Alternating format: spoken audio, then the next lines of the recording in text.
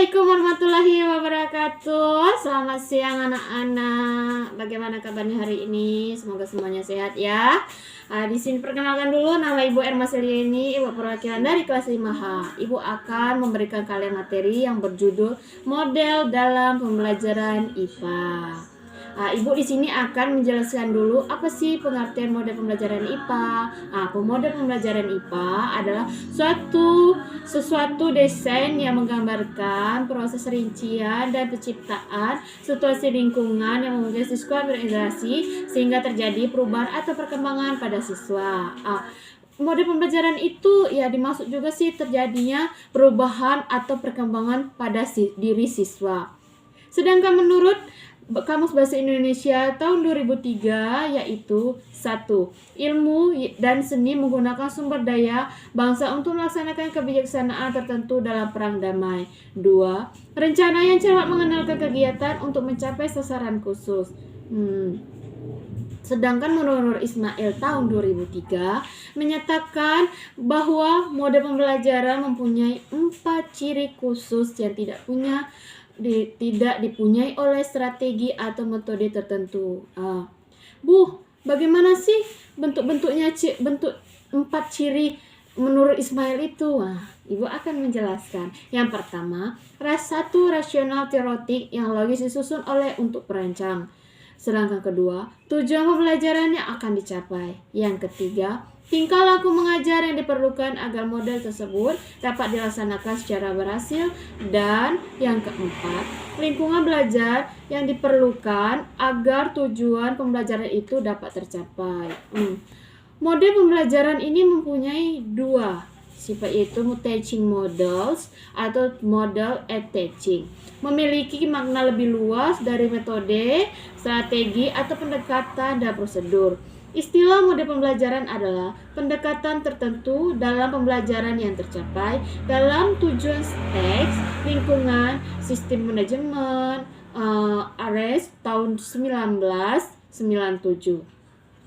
Adapun ciri-ciri pembelajaran dapat dilaksanakan sebagai berikut, yaitu yang pertama, memiliki rasional teoritis. Yang kedua, terjadinya dengan hasil pembelajaran. Sedangkan yang C, menuntut perilaku guru. Yang D, menuntut struktur kelas. Bu, bagaimana sih bentuknya sintek dalam pembelajaran? Bentuknya sintek pembelajaran merupakan urutan tahap-tahapan yang diikuti dalam pembelajaran. Berbedanya pengertian model, strategi, pendekatan, dan metode serta teknik yang diharapkan guru mata pembelajaran umumnya dan khususnya ilmu pengetahuan alam mampu memiliki model dan mempunyai strategi pembelajaran yang sesuai dengan materi dan kompetensi dalam kurikulum. Yang kedua, Ibu akan menjelaskan model pembelajaran ilmu pengetahuan alam. Ya, berupa jenis-jenis model pembelajaran IPA di sekolah antara lain. Model yang pertama akan digunakan yaitu model pembelajaran secara langsung. Pembelajaran langsung dirancang secara khusus untuk mengembangkan pembelajaran siswa tentang pengetahuan prosedur dan pengetahuan deklasian struktur dengan baik dan dipelajari selangkah demi selangkah. Sedangkan pembelajaran yang kedua yang sering dilakukan oleh guru yaitu model pembelajaran chilling atau learning, disingkat juga CLIS. Kerangka berpikir untuk menciptakan lingkungan yang memungkinkan terjadinya kegiatan belajar, mengajar, dan melibatkan siswa dalam kegiatan pengamatan dan pencobaan dengan menggunakan LKS. Model ini bertujuan untuk membentuk pengetahuan atau konsep ke dalam memori siswa agar konsep tersebut dapat bertahan lama. Karena model pembelajaran CLIS ini memuat sederhana tahap-tahapan kegiatan siswa dalam pembelajaran konsep yang diajarkan. Apa saja sih Bu tahap-tahapan dalam pembelajaran SINRES? Yaitu 1. Orientasi. 2. Pemunculan gagasan awal. 3. Penyusunan gagasan. Yang keempat, penerapan gagasan. Yang kelima, kajian ulang perubahan gagasan. Dalam model pembelajaran ini mempunyai kelebihan dan kelemahan anak-anak. Apa saja sih kelebihan dan kekurangannya itu? Yang pertama, kita membahas terlebih dahulu kelebihan dalam pembelajaran ini. Yang satu, gagasan anak lebih mudah dihancurkan. Yang kedua, membiasakan siswa untuk belajar mandiri dalam memecahkan masalah. Yang ketiga, 4 syarat perubahan konsepsi yang dikemukakan oleh Ponsel terpenuhi. Yang keempat, menciptakan kreativitas siswa untuk belajar sehingga terciptanya suasana kelas yang lebih nyaman dan kreatif, terjadinya kerjasama sesama siswa dan siswa terlibat langsung dalam pembelajaran. Sedangkan kekurangan yang dimiliki pembelajaran ini apa, Bu? Oke. Kalau kekurangan dalam pembelajaran ini adalah sarana laboratorium harus lengkap. Kemudian siswa yang belum terbiasa belajar mandiri atau kelompok akan merasa asing dan sulit untuk menguasai konsep.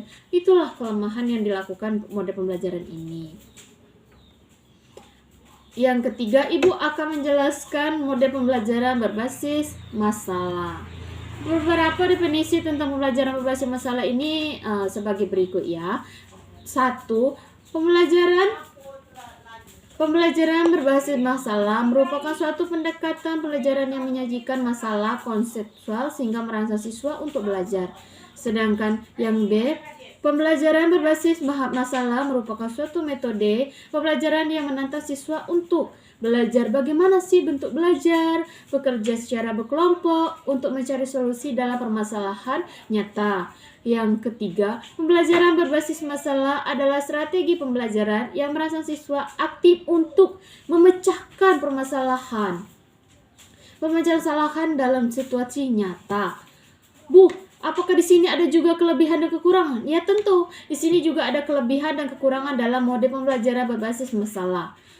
Yang pertama, model berbasis masalah ini kelebihannya yaitu menantang kemampuan siswa untuk memberi kepuasan untuk menemukan pengetahuan baru bagi siswa. Sedangkan yang kedua, meningkatkan motivasi dan aktivitas pembelajaran siswa. Yang ketiga, menentukan siswa untuk mentransfer pengetahuan siswa untuk memahami masalah dunia nyata. Yang keempat, membantu siswa untuk mengembangkan pengetahuan baru.